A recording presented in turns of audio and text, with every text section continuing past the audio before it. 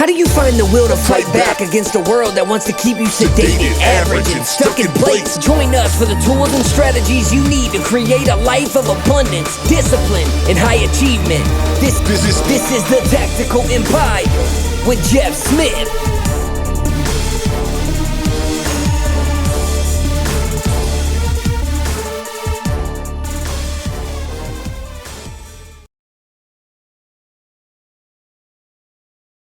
All right, guys, welcome to the next episode of the Tactical Empire. I have a guest here in studio today, Mr. Steve Gamlin, who I'm very excited to introduce you to. He is a morning radio show host, past morning radio show host, and stand-up comedian. He is known for his current businesses, Motivational Firewood and Vision Board Mastery. Steve, could you introduce yourself and tell us a little bit more about yourself? Thank you for coming. Sure thing. My pleasure. Thank you, Jeff. Happy to be here. And as you said, I'm a former rock morning show personality and producer. Also did stand-up comedy for 7 years. Been a speaker for 17, blending back to basics, positivity, motivation, and humor as well. And I've also spent most of that last 17 years developing and creating the Vision Board Mastery Program, helping people to understand that life, when you can visualize and see exactly where you want to go, you increase the odds that you're going to get there, as long as you follow up with action. And it's funny, people say, "Oh, I heard about vision boards." I'm like, let me guess, you went to a vision board party once. Yeah. How'd that work for you? Not well. That's why I have a t-shirt hanging on the wall. I launched my own line, and on the back it says, "Friends don't let friends attend vision board parties." Well, no, this is awesome because I am a huge believer in vision boards and projecting your future out of your subconscious. I'm actually doing phase one of the Live Hard program. If you're familiar with 75 Hard and Andy Frisella's program, Yes. Phase one is daily 10-minute visualizations. Nice. And so this is, I have not spent daily time doing it. I've done exercises previously where we did guided visualizations where you would visualize what you want, and then you would flip it black and white to color, black and white to color. And the theory behind that was like, the more you could control it, the more it imprinted in your subconscious. So that was a weird exercise I did. But this is the first time I'll ever have done 30 days straight of any sort of sustained visualization. So I'd like to hear, first of all, about your vision boards and the kind of stuff behind it, because it's kind of hokey, right? Some people don't believe in it. Some people think it's mumbo jumbo, like hippie shit. And I am a believer. I think that I am able to manifest things into reality, both good and bad. And I don't know if you believe in that, but I think I can manifest positive or negative energy, and it's super strange. So I'm going to let you take the floor. I want to hear more about your vision boards and kind of what you've seen over the years. I mean, you've been doing this 2 decades now. Yeah. To touch very quickly on the part about manifesting bad energy, all it takes is for you to look around at your life and go, "Oh my gosh, what else can go wrong?" And the universe goes, ask and you shall receive. Well, exactly. And for me, it all goes back to in the early 2000s. I'd blown up my radio career. I was fried at age 35, and in a short window of time, blew up my whole life. So I quit my radio career. My first marriage fell apart. I was 35 years old, $62,000 in debt, and wound up moving back and living with family because my business was based in one of their homes. So I just kind of moved there. And I just started working with a life coach, and he asked me if I've ever heard of The Secret, which had just come out in book form and on DVD. So I got the DVD. It's like 98 minutes long.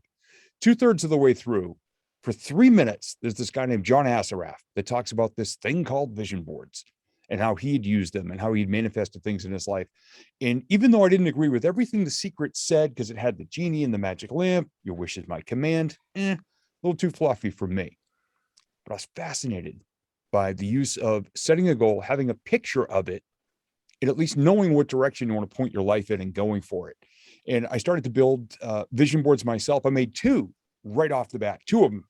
And within 3 weeks, I realized they were the dumbest things I'd ever done in my life. I should have just written a letter to Santa Claus because it was all material things.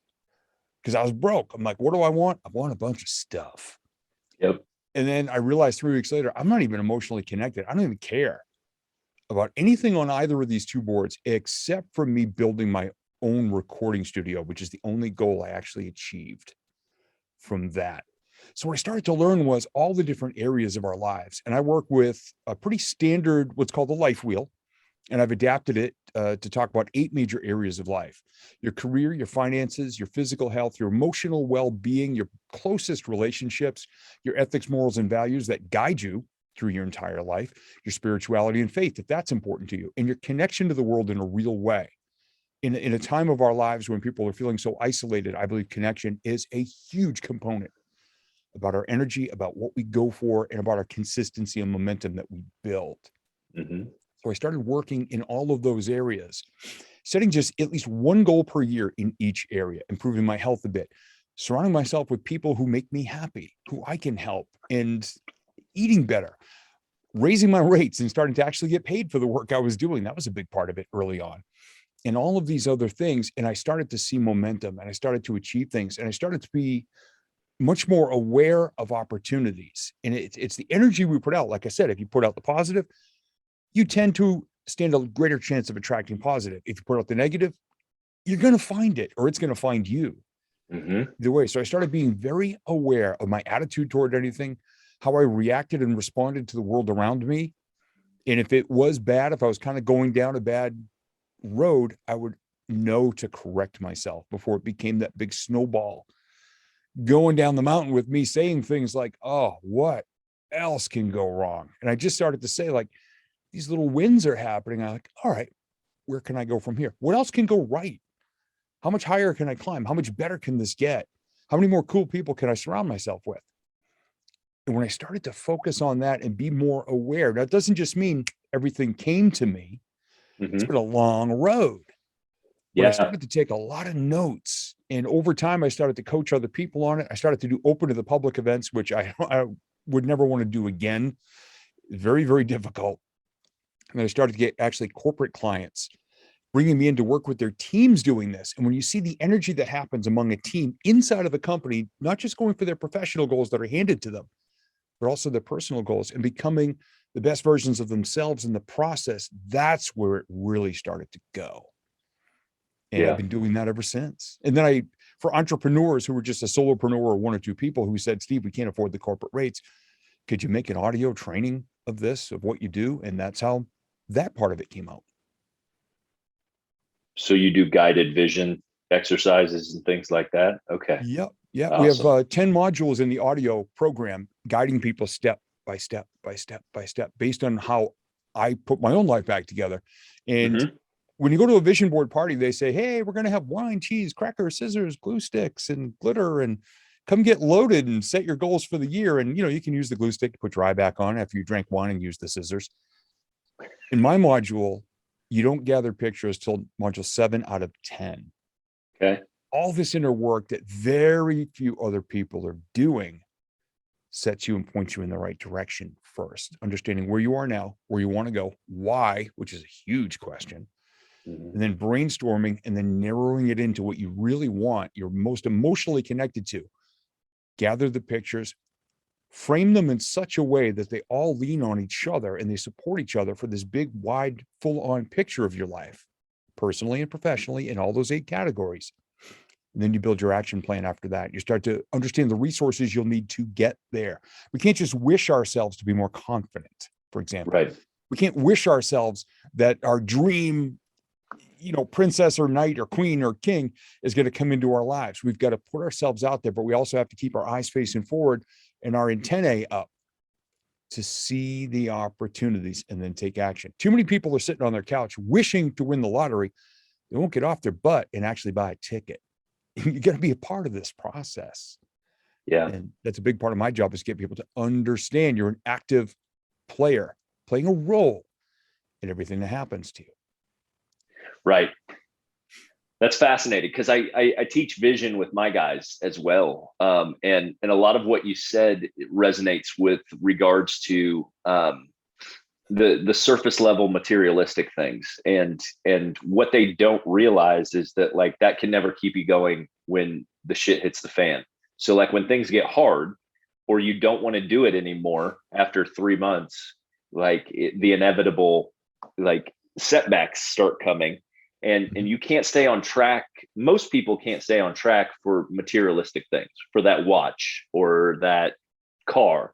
And so I tell them to write everything they want as long as the list can go. And it doesn't take people very long to get out of materialistic things. I mean, 7-10 minutes.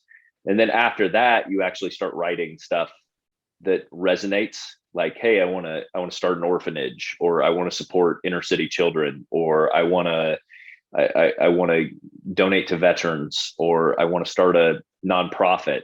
Like then you start getting into shit that actually will get them up in the morning. And then you can ask questions that are meaningful about those particular things. And I know that's different than you said with regards to your 8 kind of pillars or spokes on your wheel. But for me, I see that frequently though. And people have to get down below the surface level to understand what's going to resonate with them. Because if they make a vision board like you're talking about, I could never do a vision board at a party. First of all, like I just can't think enough. Like I can't clear my space enough to be around a bunch of people to think about this shit.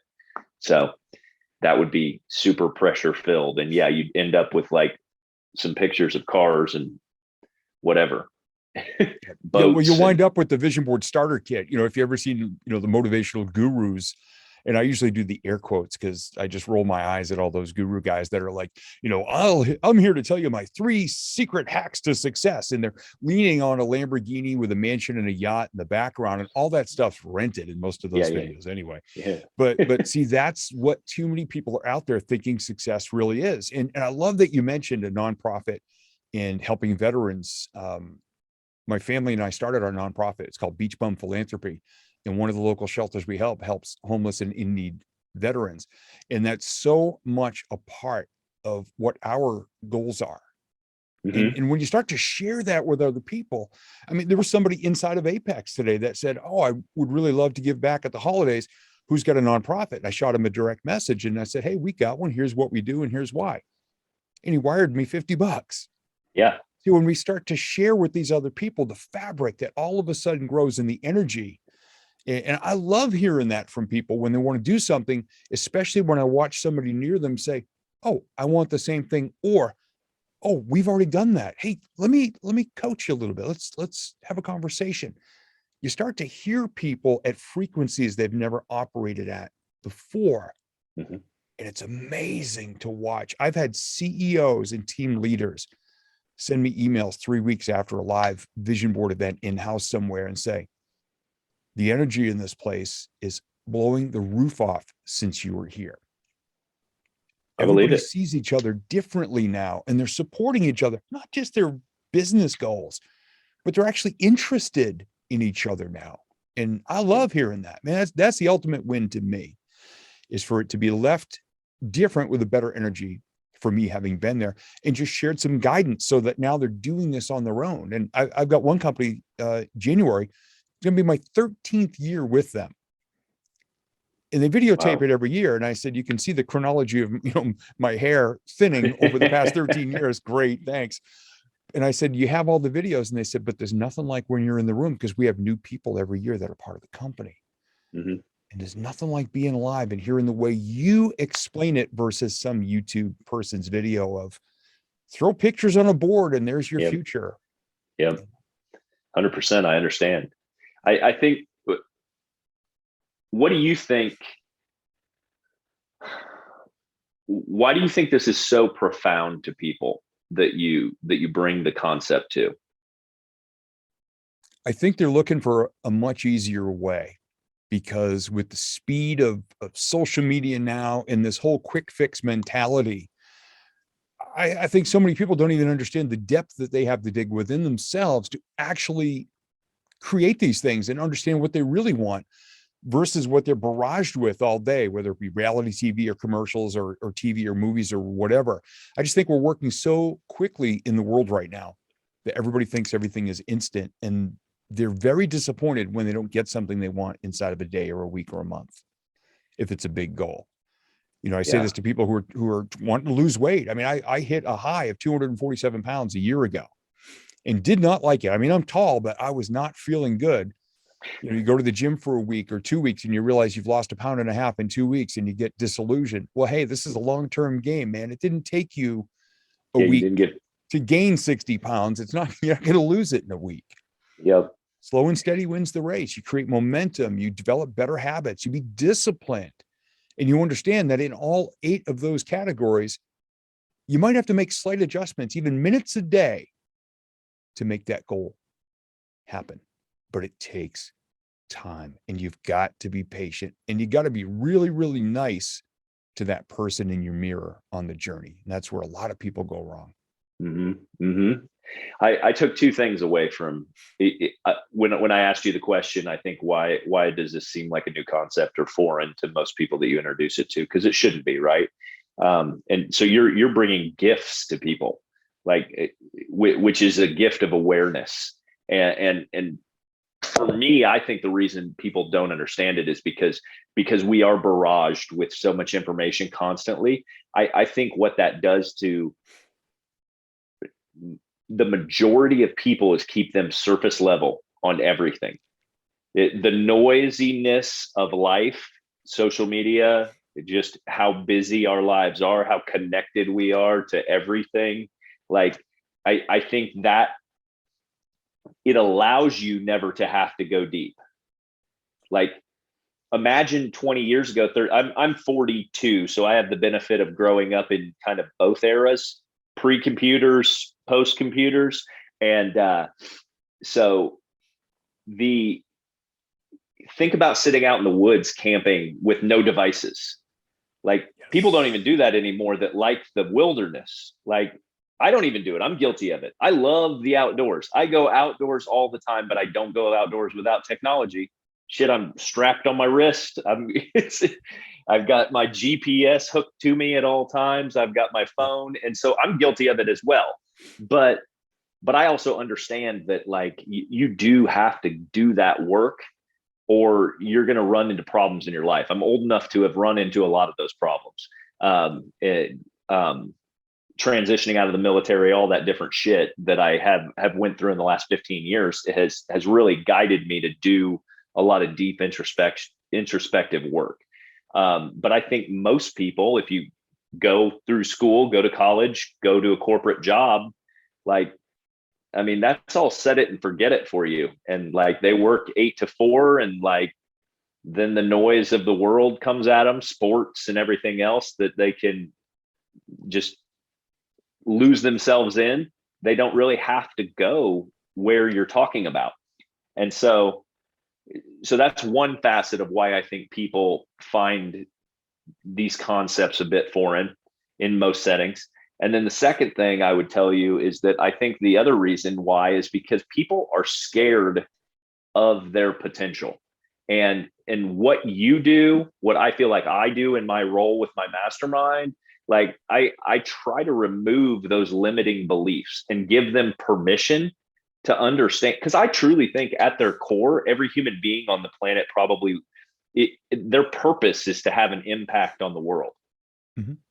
And until you expose them to, like, go 3 sheets of notebook paper deep on what they want and like what that impact looks like. You just talked about your nonprofit. Like, I mean, my purpose in life is to have as large of impact as I possibly can. And what does that look like? It looks different to everybody, probably. But I think us giving them permission to go there, which is it's outside the fence of their conventional thought process, right? Yep. Like, hey, I'm going to make a few nickels. I'm going to get a 3 Series BMW and a decent house, and I'm going to have a wife and 2 kids, and it's going to be, that's it. We're going to run it out. And that's where most people are like, oh, I'm so grateful. And you should be grateful. You should be grateful for any point you are. And, mm-hmm. But I don't think people give themselves permission to dream about, like, where they could be. And I think people vastly underestimate where they can take their lives in just 2 or 3 short years of focus. Yeah. Yeah. Too many Truly. people are out there broad brushing. You know, Yeah. like you said, I want to be happy in a relationship. I want to, a couple of kids. Essentially, what a lot of people are doing is building themselves a potato head family. There's not a lot of detail, and it's just plugging in the eyes, plugging in the ears, and put a mustache on the dude and a little hat on the wife, and big kissy lips, and that's it. They don't get beyond that. They don't feel the emotions of it. In when they treat it that way, when they're designing it, I believe they will not treat it any better when they actually have it. And they won't do enough to keep it, and they won't do enough to deepen it and strengthen the relationships. And I had a conversation with somebody recently who was saying, I've been grinding on my business for 3 years. I feel like I've been ignoring my wife, but we've got a 2-week vacation coming up, so she'll be set for another year. And I just shook my head. I said, man, listen to what you just said. Yeah. And the Band-Aid that you think you can throw on your marriage to make it going to be okay. I said, does your wife drink coffee? He goes, oh yeah, she loves that. Nice and, hot cup of coffee first thing in the morning. I said, do you know her favorite flavor? He goes, well, I don't know, but she's got the little pods there for the Keurig down on the counter. I said, okay. If you have a Keurig with a timer on it tomorrow, before you're out there grinding in your office, why don't you set it and set the timer so it will make the coffee, put enough hot water in it, put her mug under it, and leave her a note on her nightstand. Honey, I made you a cup of coffee. It'll be ready when you get downstairs. Love you. I said, do that. And somebody else I suggested it to recently showed me their phone after 3 mornings of doing that. The text that his wife sent, baby, I love you. Thank you so much. I said, that will blow away another vacation that's 51 weeks away. I said, it's the little stuff. And when you talk about stuff like that, some people get weirded out by it, but other people go, oh my gosh, it's that easy. It's easy/simple. It depends on which definition you like. It's all very simple. It's just not always easy because we get in our own way, or we don't think it's important enough, when the little things, I believe, are the most important things. You're at the checkout and you've got an apple in your bag that you're going to eat later as a healthy snack, but you look at the candy bars in the rack, you go, hey, you know what? Butterfinger won't kill me. Well, it's a little choice. It's why don't you just wait till you get in the car and eat the damn apple? I mean, it's all these little choices we make that are tied to the little details of where we want to go. And broad brushing and making yourself a Mr. or Mrs. Potato Head is probably not a great way to create an amazing life. That's awesome. That's awesome.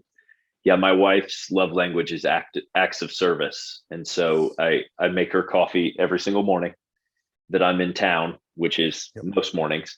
And so, yeah. But our marriage wasn't always that way. When you describe a surface level marriage, like I think that when you talk about a macro broad brushing of an idea, like that's probably how we spent our first years, 7 years, 8 years in marriage. Is like, I wanted a pretty wife and to have some kids, and I did that. And that was the surface level of achievement. We never dug deeper to see like what that looks like and turns into to keep this thing going for 60 more years. Yeah. And so, but we've since done the work on that side of things, which has been fantastic. And it's good. So yeah, that's interesting that you say that, but because you can go through the evolution of understanding and awareness and still stay in the same marriage. I think I think a lot of times people just throw that shit out with the trash and they're like, yep, we'll start a new one and start fresh. I'm going to learn all the lessons and try them with the next person. Yeah. And I asked somebody recently who's in his 30s, has a ton of money, working. He's on his second trophy wife. I said, man, how many times do you want to give away half your crap? You say you want to be happy, but you just keep burning through these relationships. Man, why don't you just try to make one of them really good? Yeah. My wife Tita and I, total visualization exercise, because after my first marriage ended in the very early 2000s, I spent a couple of years, my first visualization stuff. Okay, who do I need to become to attract and maintain and keep my dream relationship? Well, I got to be more communicative because I'm a person who's non-confrontational. And when things get tense, I shut down and I stop talking. Well, that's part of what ruined my first marriage. Yep. So I said, okay, I want to be more open. I want to be more honest. I want to be this. And I really worked on myself. I mean, I spent days sitting out at the beach. I mean, New Hampshire, of all the states that touch the ocean, we've got like 13 miles of shore. So I just staked out my little part of that tiny bit of beach that we have. I sat there one day and I wrote out about 6 pages about who I wanted to be in my life and what I wanted to create. And step by step, I just worked on becoming that person. And when the time was right, and when I actually wrote down, I am ready to fall in love, 10 days later, I got an email from 1,300 miles away from someone named Tina that I almost deleted as spam. And when I opened it the next day, it was a girl I'd gone to high school with, hadn't seen since the day we graduated, at that point, 21 years, reaching out to me saying, hey, I saw your name online. We should stay in touch. And a month later, without even a picture of her, because she had no social media footprint, phone, text, and email, she admitted she'd felt the same way back in high school. This June will be our 15th anniversary. That's awesome, man. That so is it's awesome. the little things, it's who you become, and then being aware of where you want to go, at least point you in the right direction. My biggest takeaway on that is anyone listening, you notice how he focused on himself. He didn't focus on the girl, because I think that's the mistake most people make. Like, yeah, I'm going to go find my dream girl and keep being this shithead, like the guy you were talking about. Not that he's a shithead, just that like he didn't change himself. He didn't do the work on himself. He just went and traded in for another model. Yep. Look at how we see it on social media. Single. Yes. He was a jerk. He was this or she or whatever. I mean, he goes in every direction, believe me. It does. And then 2 days later, in a relationship, and 3 days after that, he's an a-hole. And, single. I'm like, oh my God, will you get out of the revolving door, man? You're making me dizzy. Come on. Yep. Don't just keep repeating the same thing. Start to pick some better words to describe the relationship you're looking for. And nothing against bars or nightclubs or anything like that. But if you're, I've talked to people. I want a good relationship with somebody who's solid and close to God and is a family person. I'm like, where are you looking? I've been at the bar like 7 nights a week, racking up my credit card, just waiting. I'm like, okay, think of the person you're describing that you want to be in a relationship with. Okay. What do they like? Okay. What do they do? Blah, blah, blah. Why don't you go hang out there? People say, I want somebody who's very, strong morals and ethics and this and that. I go, why don't you go volunteer with your church and help in the community? Because you're going to meet the person you're describing to me might be there waiting for you. So why don't you just go test drive these different arenas and see if your energy vibe's there? And it might just bring your energy up a bit and help you to become the person that you say you wish to become, to attract that person. I love it. I love it. Relationship advice. You guys are welcome. Steve. Yeah. How frequently do you recommend doing your vision? I build a new board, and the people I coach, I suggest working on 1-year goals. Now you can have longer term goals. Like some people say, well, this might take me 20 years. Excellent. Perfect. In 1 year, what progress would you like to make towards it? Like put the vision of it on the board, but just kind of state the level at which you want to proceed to get there. But I recommend once a year building a new board or revisiting, say, if you haven't done a lot of stuff off your board from last year. Why is that? Do you not want it anymore? Because maybe you've shifted to something different. So to keep making adjustments but look at the board every day. Keep it where you can see it. I for an interview yesterday or the other day over in Australia, I had one of my boards from the year 2017. I brought it down here to the studio. And that's awesome. I was looking at it and I started laughing and telling stories behind some of the pictures that were on that board that I manifested that year. And then some things I didn't do because deep down, well, I shifted a bit. Yeah. So it's good to look at it every day. One of my dear clients, her name is Lisa. And whenever she used to be at a live event, I would go, Lisa, tell everybody where you keep your vision board. And she would just look up and laugh. And she'd go, in my bathroom. And everybody would laugh. And I said, Lisa, why do you keep it in your bathroom? She goes, hey, I'm there every day. Yep. When she's doing her makeup and her hair in the morning, she has it hanging next to her mirror and she looks at it. And because of the way we coach together, I would suggest to her, every day I want you to pick one picture on here and think of one step you can take to get closer to one picture out of your entire. Let's make it the least overwhelming we can, but let's build momentum. And she would do that. And I said, what else do you do, Lisa? She goes, oh, I took a picture of it. It's the wallpaper on my phone, on my laptop, on my tablet. I said, what else? She goes, I took a picture and printed it out, folded it up. It's in the visor of my car. So when I'm like stopping for a meeting or going somewhere, I can pull it out, take a look at it and say, this meeting is going to help me get closer to one of these goals, whether it be a business goal or a connection goal or whatever it might be, but be aware of it at all times. This is not a roasted chicken on a Saturday morning infomercial. We don't set it and forget it. We are active participants, but this board will help point you in a much better direction than walking around staring at your shoes or at your phone all day. Like the guy who says, I want more money, walks his dumb ass through the mall, looking at his phone, trips and falls into the fountain. And you go, hey, way to go. You are $2.87 richer than you were, but hey, it costs $4 for the dryer. So you're pretty much screwed. You know, be real careful about what you say you want and then how you proceed towards it. Mine's on my phone. There you go. Right there. Yep. Perfect. Yep. It's Perfect. the wallpaper. That's on what my I'm phone. talking about. So that's awesome. I love it, man. I love it. If someone hasn't gotten started with vision boards ever, right? And they're just a total newbie beginner, where do you suggest they start, or what would be your recommendation? Actually, on my website, I created a video called Visualize in 5, and it's 8.5 minutes long, and it explains the 5 major points or tips I would recommend for people to understand about what visualization is even all about. Don't get tricked into going to a vision board party if you've never even heard of what they can do. This 8.5 minutes will give you a basic idea of how to go about it. And it's free. If you go on my website, if you go to motivationalfirewood.com/bonus5, and it's the number 5. So motivationalfirewood.com/bonus5. And the funniest response I got from the video was, oh, Steve, I love it. You're a genius.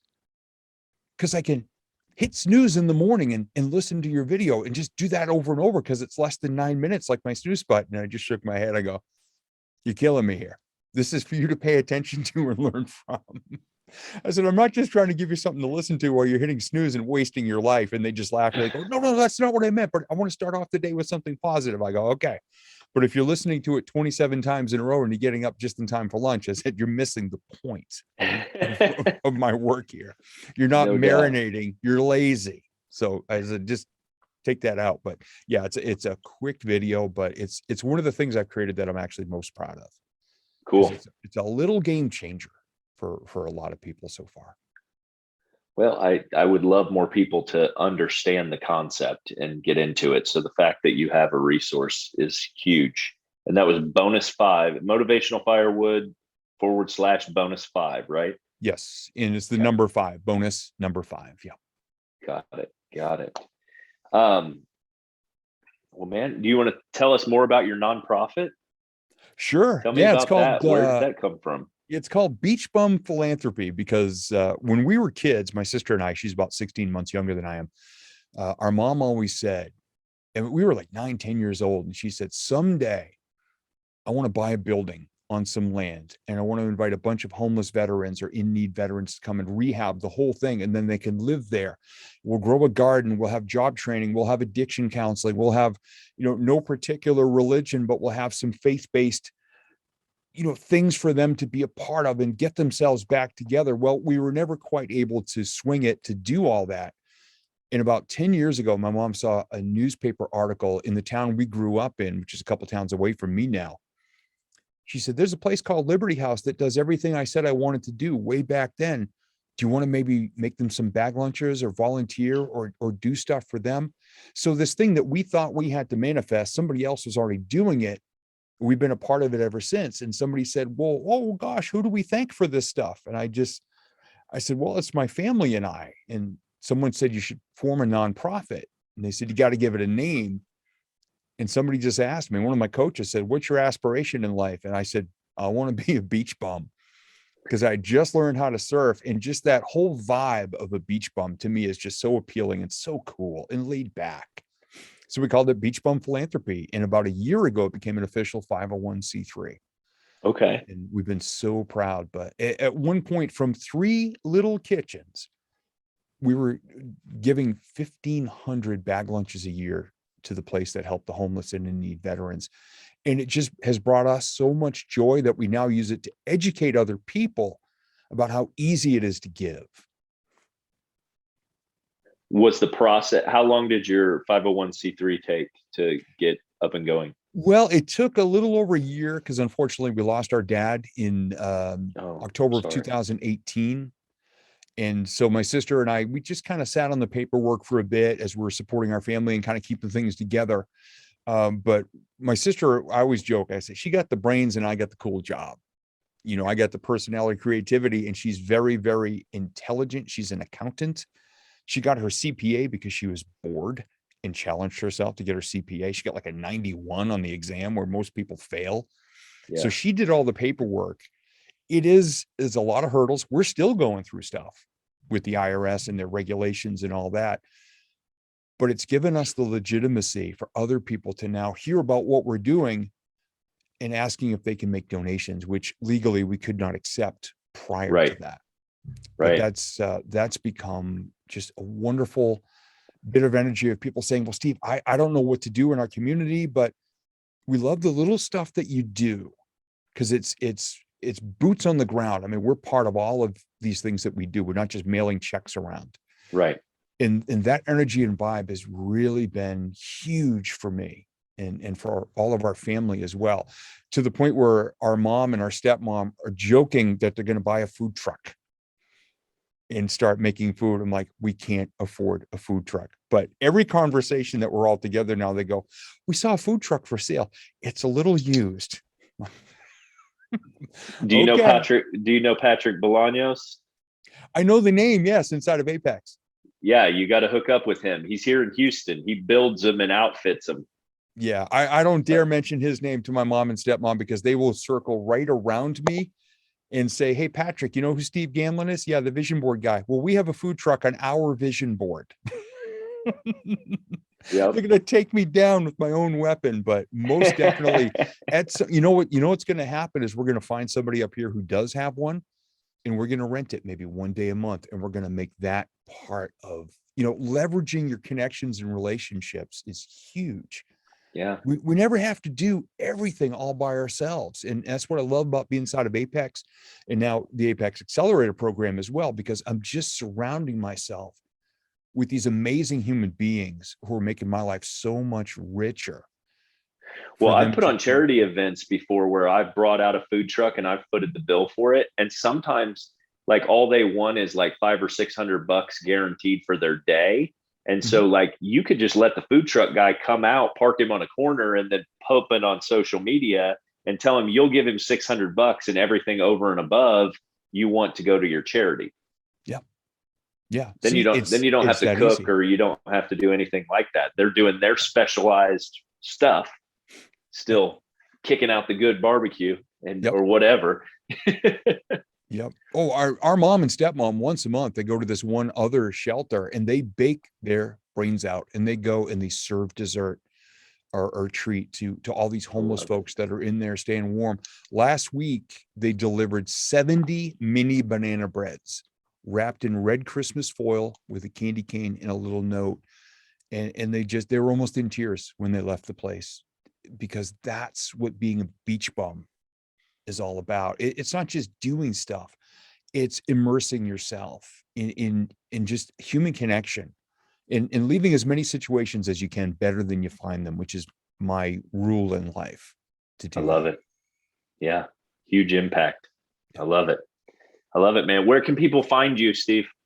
Nice and easy. Motivationalfirewood.com is the main site. And of course, I'm all over social media constantly as well, sharing the messages. It's Steve Gamlin, SteveGamlin, and his website's Motivational Firewood, guys. Go check him out. Thank you so much for your time today, Steve. I really appreciate it. My pleasure. Thank you so much for inviting me on. This is a great conversation. It was like the greatest game of volleyball in the world. We just kept hitting the goodness back and forth, and you're about to spike it to wrap up the show, and it doesn't matter. We both win. Well, what you do definitely fascinates me. And I think it can, I truly think it could change lives. Like I said, I mean, it's a component of my programs. I think it's super important. So keep fighting the good fight and changing lives. I love it. Yes, sir. Thank you very much. I appreciate it. Absolutely. Thanks. Thank you for listening to the show. Make sure you subscribe, leave a review, and share with a friend. We'll see you on the next episode of the Tactical Empire.